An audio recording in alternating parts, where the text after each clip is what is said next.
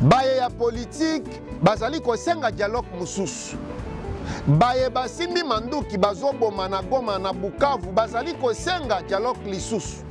Nanga na quelques Congolais oyo basalinye nsima ya Rwanda na Paul Kagame bazali kosenga négociation po te bazonga na pouvoir. Tomoni côté ya baye ya église batata molimo Senko SSC bango pe balobi esengeli bato nyonso tu bavanda basolola. Tomoni côté ya baye ya opposition mwana mboka Martin Fayulu Moïse Katumbi pona kotanga bawana to baye bakosala opposition non armée bango pe balobi esengeli kaka dialogue esalema ba parti nyonso tu na baye basimbi manduki na baye basimbi manduki te baya bavanda to solola. Mais motuna tozali komituna baye basimbi manduki bananga na bamisusu bazali bana misala Rwanda tango tokovanda tokosolola na bango ekozala kaka la même chose te oyo esalemaki na dialogue ya 1+4 na Sun City kuna na Afrique du Sud. Ekozala la même chose te oyo esalemaki na tango ya CNDP na sima kosolola bakoti na pouvoir sima basimbi lisusu manduki ekozala ndenge moko te. Eske ekozala ndenge moko te na M23A oyo basalaki ba même aventure? Ezali motuna tozali kotuna biso lokola bapanzi sango ba journaliste na ba analyste politique. Tata mokonzi ya ekolo mwana mboka Félix Antoine Tshisekedi Tshilombo na gouvernement na ye alobi dialogue oui tokosolola dialogue mais apesi ba condition. Si ce dialogue devait se tenir, il se déroulerait sur le sol national et serait conduit et organisé par les institutions de la République dans le respect de la Constitution, des lois de la République. La justice suivra son cours normal, avec rigueur, jusqu'au bout et sans complaisance, afin d'honorer la mémoire de celles et ceux injustement tombés du fait de l'agression. Donc, dialogue, oui, mais pas avec les auteurs de crimes commis contre nos populations.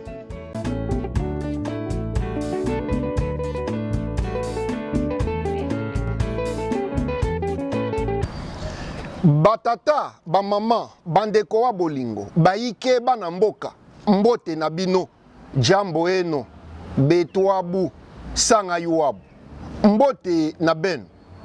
Boye malamu na mayangani télévision, mena émission na biso to solo la politique. Nazali wabino, Patrick Chimanga, tata ya mayangani, mwana ya mama Christine Kalanga. En fait, oleki mbala moko na maetokolobela na to solo la politique na biso ya lelo. Baye ya politique bazali kosenga dialogue mususu. Baye basimbi manduki bazoboma na Goma na Bukavu bazali kosenga dialogue lisusu.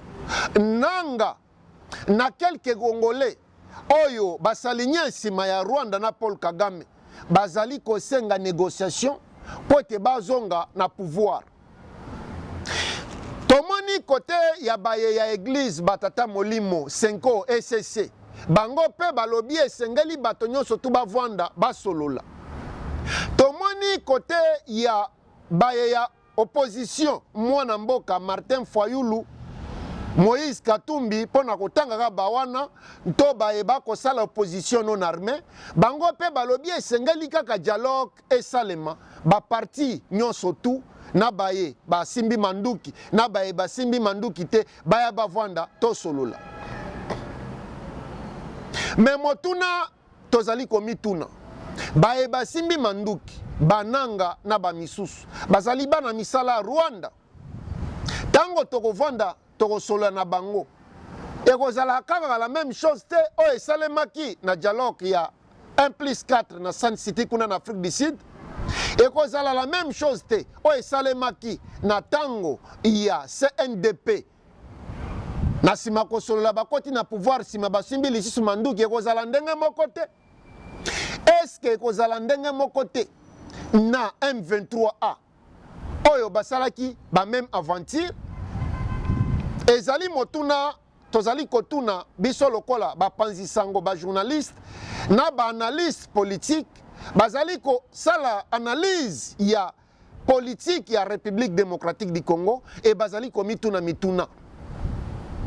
mais bayike bana mboka tomoni côté ya pouvoir tata mokonzi ya ekolo mwana mboka Félix Antoine Tshisekedi Tshilombo na gouvernement na ye alobi dialogue oui tozo la dialogue mais après si bas conditions. Si ce dialogue devait se tenir, il se déroulerait sur le sol national et serait conduit et organisé par les institutions de la République dans le respect de la Constitution, des lois de la République et des règles démocratiques qui fondent notre pacte national. Cependant, je le dis avec la même clarté, ce dialogue intérieur, aussi nécessaire soit-il, ne saurait tenir lieu de substitut aux obligations internationales. Il ne peut pas être invoqué pour relativiser une agression, ni pour diluer des responsabilités établies. Comme je l'ai dit lors de mon dernier discours sur l'état de la nation devant le Parlement réuni en congrès, la justice suivra son cours normal, avec rigueur, jusqu'au bout et sans complaisance, afin d'honorer la mémoire de celles et ceux injustement tombés du fait de l'agression. Donc, dialogue, oui, mais pas avec les auteurs de crimes commis contre nos populations. Nini ezali ba condition oyo tata mokonzi ya ekolo apesi pona dialogue. Alobi cette fois-ci tokende na dialogue mais na bato oyo basimbi manduki te. Na bato oyo basopi makila ya bakongole te. Sikwa motuna bakongole bazali komituna. Boni batata église Senko na SCC oyo baza censé kolobela bandimi na bango pambate parmi plus de 20 millions de Congolais oyo baza massacré bandimi ya catholique na SCC protestant baza na kati.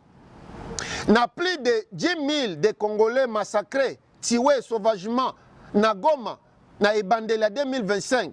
Tango groupe rebelle oyo soutenu par Rwanda et Paul Kagame bazui ville à Goma. Volunteers and other health workers are taking bodies for burial. M23 rebels overran the city last week. Aid agencies say more than 900 people were killed in just a few days.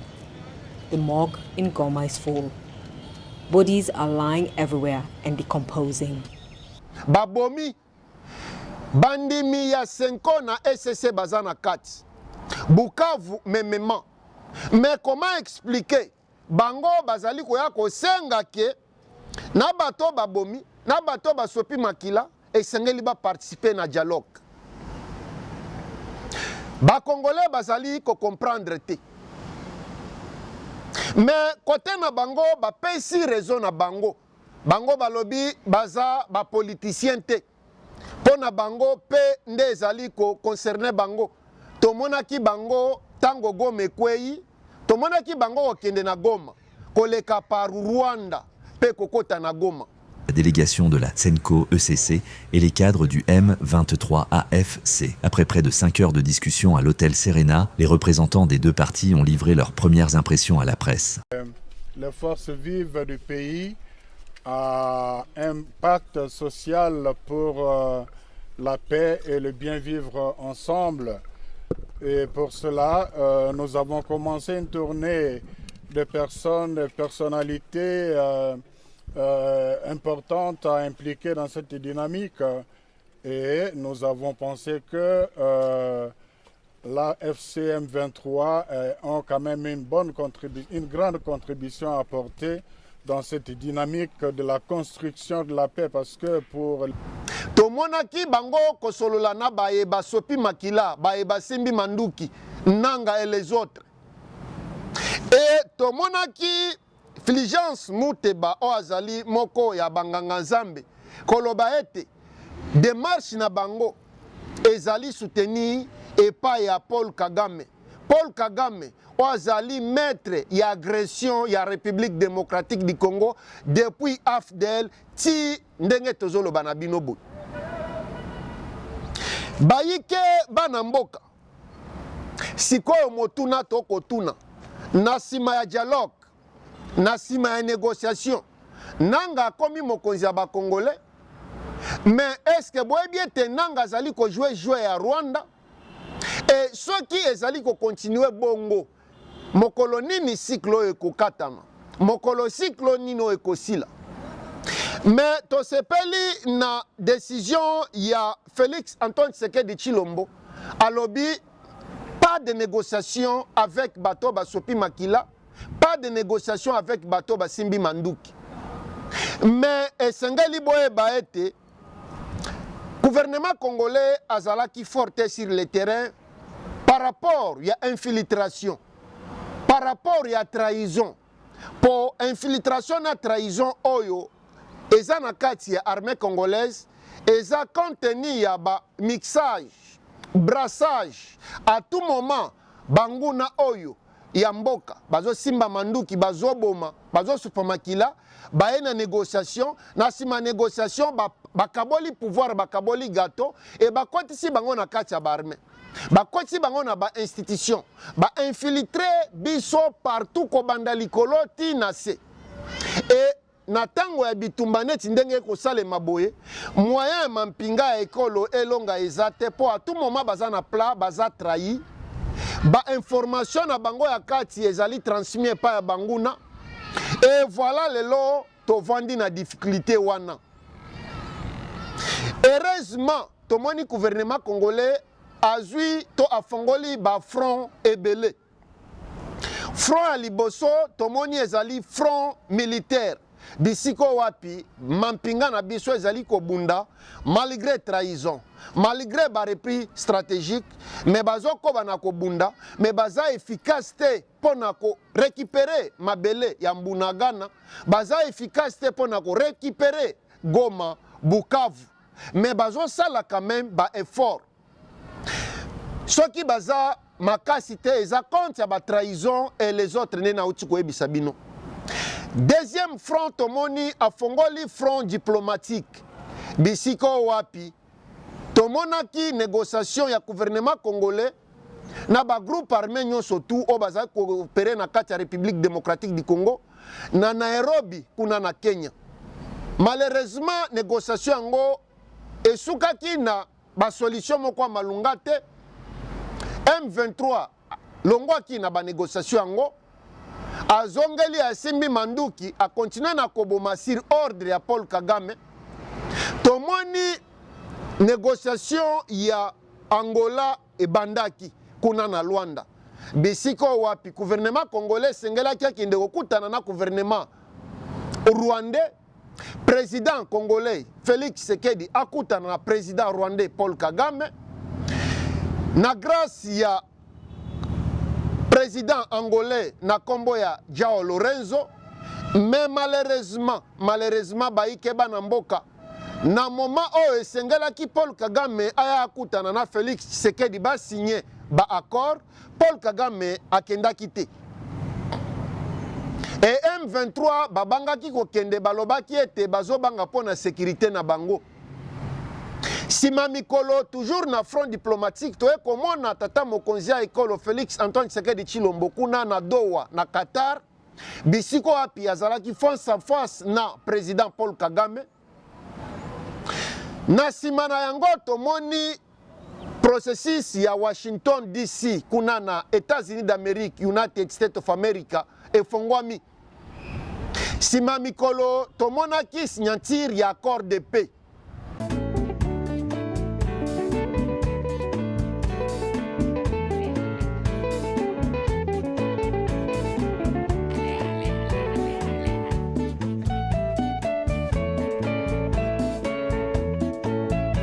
Entre président Tshisekedi oazo représenté RDC na président Kagame oyo représenté Rwanda devant Donald Trump oyo azali président ya États-Unis d'Amérique ba signé accord de paix. Accord de paix bango ba signé ba Congolais tout bazalaki na elike ete kimia ezongi na kati ya Congo. Mais na sima ya mikolo tomoni signature ya accord de paix et sali nango eloko ya malunga te vraiment na terrain pamba te na sima ko signer tomonaki groupe rebelle ya M23 soutenu par Rwanda bango kozwa ville ya Uvira et boyebi ete à chaque moment bazozwa ba ville bazoboma bazosopa makila ba Congolais bazo massacrer ba fausse commune ezali na ndenge boza na idée ba Congolais bazo souffrir ba Congolais bazo kufa bazali ba victime ba tata ba mama bandeko wa bolingo baza ba victime et majorité ba victime o baza ba innocent.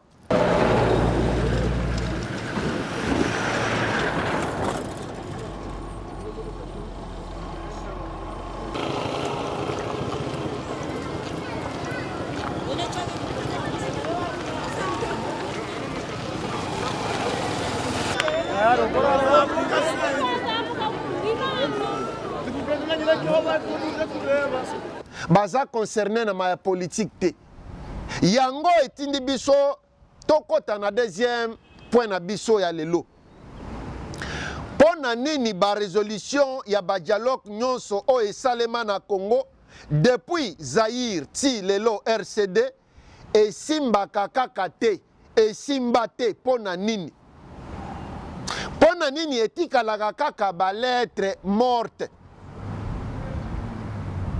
Depuis conférence nationale souveraine au Esalemaki na tango Zaïre, la Constitution, la suppression du mouvement populaire de la Révolution, MPR, et de ses structures, la reconnaissance du multipartisme intégral, la convocation d'une conférence nationale souveraine, la mise en place d'un gouvernement provisoire, la rédaction d'une nouvelle constitution, le 24 avril 1990, Mobutu répond officiellement à ces revendications.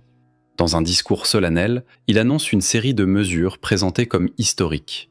La suppression de la Constitution en vigueur, le renvoi du gouvernement dirigé par Kengo Wa Dondo, la réhabilitation du multipartisme, d'abord limité à 3 partis, la légalisation de l'UDPS et la libération de son cofondateur, Étienne Tshisekedi. Il annonce également la fin de certaines contraintes symboliques du régime. Commission, il y a les biens mal acquis et n'abassassinat.